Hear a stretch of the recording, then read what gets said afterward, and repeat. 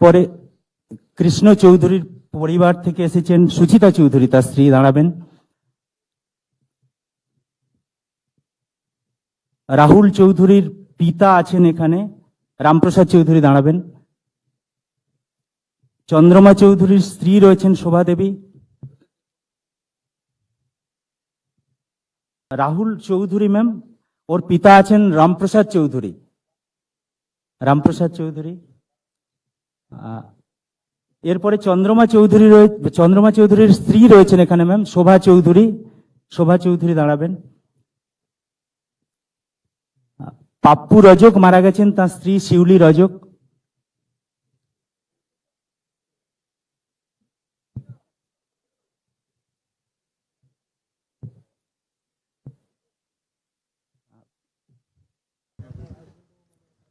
তারপরে সাহিল সর্দার, তার পিতা আছেন নাছিম সর্দার। নাছিম সর্দার, আপনি দাঁড়াবেন এদিকে এদিকে। देखिए, सब लोग का यही गुंजाइश शायद होगा। पहले तो देखिए, आपने एक तो अपने रिश्तेदार को खो दिया, उन्होंने उनका बात बताया, सही बात बताया। और दूसरा जो इमरान भाई ने बताया, देखिए आपको 3 घंटा के अंदर रेस्क्यू करने का काम कौन किया? और रेस्क्यू टीम किया, जवान ने किया, नहीं तो कलकत्ता पुलिस, नहीं तो हमारी एसडीआरएफ, नहीं तो एनडीआरएफ, नहीं तो आर्मी, नहीं फायर ब्रिगेड। और वहां से आपको निकाल के ग्रीन चैनल करके हॉस्पिटल में उनको आपको लेकर गया भी हेल्थ वर्कर लोग ने। और वहां हॉस्पिटल एसएसके में जिस तरीके से सेवादान करने का काम वो लोग किया सबको, इसमें मैं हॉस्पिटल विजिट किया था।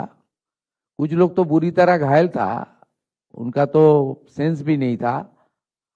वहाँ honourable MIC health, MOS health, principal secretary health, MSVP सब मिलके वहाँ बहुत सारा काम किया। आज उनको सेवा आपको मिला, इसलिए आप यहाँ हमारी जो सेक्रेटेरिएट का मीटिंग हॉल में आकर आपका जो एक्सपीरियंस, आपका जो अपील है आप बोल सकते हैं। हम लोग सुन रहा है, लेकिन सब मिलके काम किया। आने वाला दिन में भी हम लोग अच्छा करके काम करने के लिए जो हमारी स्किल ट्रेन टीम बनाना चाहिए, मॉडर्न इक्विपमेंट चाहिए, जो खामियां था वो पूरा करने का काम सरकार कर रहा है। हम लोग additional budget allocation, man power के लिए भी सिविल डिफेंस और डिजास्टर मैनेजमेंट टीम को हम लोग रेडी कर रहा है। मैं आज पोस्टमार्टम करने के लिए नहीं आया है, वो तो काम सरकार का करना है, सरकार कर रहा है। कलकत्ता पुलिस हेल्प कर रहा है, चीफ सेक्रेटरी खुद मॉनिटरिंग कर रहा है। आश्वस्त रहिए, ये सरकार आने वाला दिन में इस तरीके से हादसा टालने के लिए जो जो मेजर करना चाहिए वो करेगा। আপনার যে একটু আগে বলেছেন মাননীয় রজক ফ্যামিলি থেকে, আমরা আপনাদেরকে বলতে পারি যে আমাদের লেবার ডিপার্টমেন্টের একটা এই সংক্রান্ত শেষ ফান্ড রয়েছে 1% যেটা আমরা করতে পারি। সেখানে কি কি এই 10 লক্ষ টাকা আপনার যারা ডেথ ফ্যামিলি তারা তো পেলেন, আজকে 1 লাখ টাকা করে ইনজোর্ডরা পেলেন।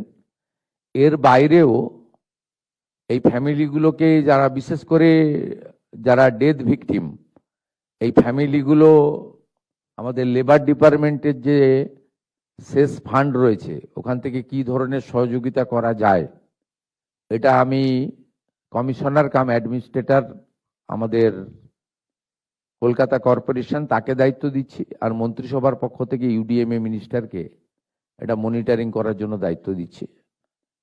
মাননীয় অগ্নিমিত্রা পাল মহোদয়া ক্যাবিনেট মিনিস্টার, মাননীয় শ্রীমতী স্মিতা পান্ডে আইএস এই বিষয়টা দেখবেন, দেখে চিফ সেক্রেটারির মাধ্যমে আমার কাছে প্রপোজাল আসবে। আমাদের লেবার সেক্রেটারি রচনা ভগত রয়েছেন, মন্ত্রী অর্জুন সিং রয়েছেন, তাদেরকেও প্রপারলি আমরা অ্যাডভাইস করে দেব। আপনাদেরকে আমরা এই বিষয়টা মাননীয় স্মিতা পান্ডে মহোদয়া তিনি আপনাদেরকে জানিয়ে দেবেন আগামী 7-10 দিনের মধ্যে অপরচুনিটি কি রয়েছে আর আমরা কি করতে পারি। অনারেবল সিএস আমাকে বললেন যে অপরচুনিটি আছে, আমরা কিছু করতে পারবো, এদের মাসে মাসে কিছু হেল্প করতে পারবো। এর বাইরেও যে সমস্ত ডেথ ফ্যামিলি রয়েছে তাদের বাচ্চারা যদি পড়াশোনার বিষয়ে কিছু সাহায্য মানে চান, হোস্টেলে রেখে করতে চান বা অন্য জায়গায় করতে চান যেখানে গভর্নমেন্ট অ্যাকোমোডেশন আছে, এটাও আপনারা মাননীয় কমিশনারকে অথবা কলকাতা পুলিশের মাধ্যমে আমাদের জানাবেন, আমরা করব। আমি কলকাতা কর্পোরেশনকে বলবো ওনাদের যে ডেলি কাজগুলো হয় তাতে এই 15-16টা ফ্যামিলি যারা বিহার বা ইত্যাদি আছে তাদের পক্ষে সম্ভব নয়। কলকাতা বা অ্যাডজয়নিং এলাকাতে যদি এই ফ্যামিলিগুলো যারা থাকেন তারা যদি আপনাদের বিভিন্ন ধরনের কাজ হয়, সেই কাজে যদি এদের ফ্যামিলির কোনো লোক সক্ষম থাকে বা করতে চায়, ইনক্লুড করা। আমি কলকাতা পুলিশকেও বলবো তাদের এলাকায় যে সমস্ত ব্যক্তির ফ্যামিলি ঘটেছে তাদের ক্ষেত্রেও কলকাতা পুলিশ থেকেও যেন তাদের পরিবারের সঙ্গে লোকাল থানায় একটু যোগাযোগ রাখেন, কোনো সহযোগিতা লাগলে করেন।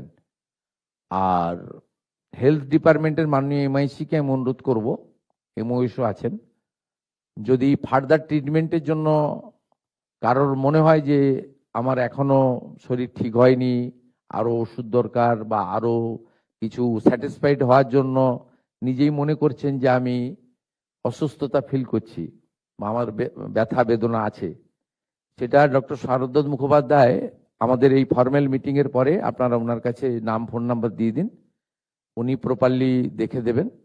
এবং যতদিন আপনাদের ওষুধ দরকার বাড়িতে থাকলেও কমপ্লিটলি ওষুধ আমরা প্রোভাইড করব আমাদের স্টেট গভর্নমেন্টের পক্ষ থেকে।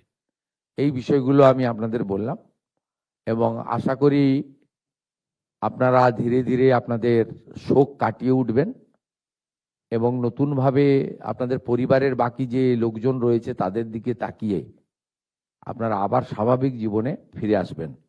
আপনাদের সরকার আপনাদের পাশে। मैं सबको मेरा दिल से मेरा आभार प्रकट कर रहा हूं। आप लोग का जो दुख की घड़ी चल रहा है उससे आप निकल के आइए और नॉर्मल लाइफ लिव करने का कोशिश कीजिए। स्टेट गवर्नमेंट की ओर से जो जो करना है हम कर रहा है, आने वाला दिन में भी हम लोग